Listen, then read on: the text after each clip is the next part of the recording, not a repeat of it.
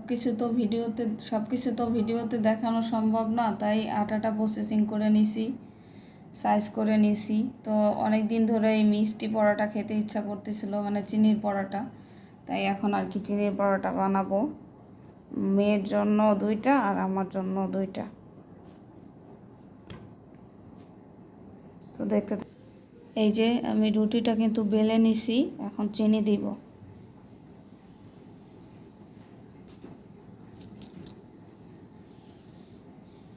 এখন এটা ভাজ করে নেব।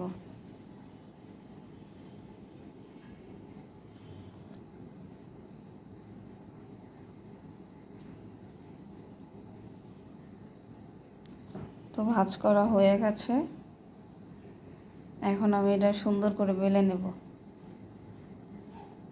চিনিটা কিন্তু ভিতরেই। এই যে পরোটাটা কিন্তু বানাই ফেলছি, তো এখন এটা প্যানে দিয়ে দিব।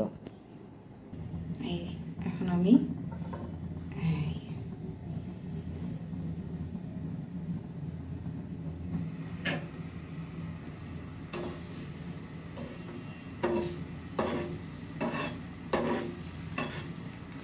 এখন উল্টাই দিব।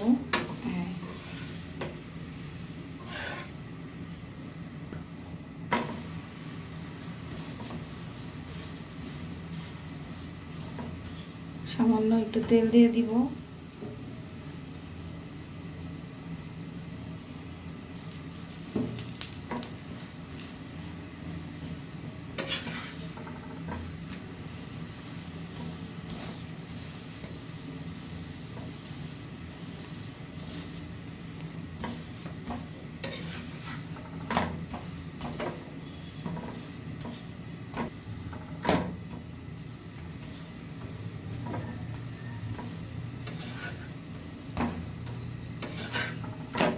এখন হয়ে গেছে।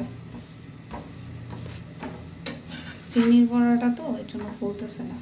এখানে কিন্তু আমি অলরেডি একটা ভেজে নিয়েছিলাম, এই 2টা, আরও 2টা ভাজবো।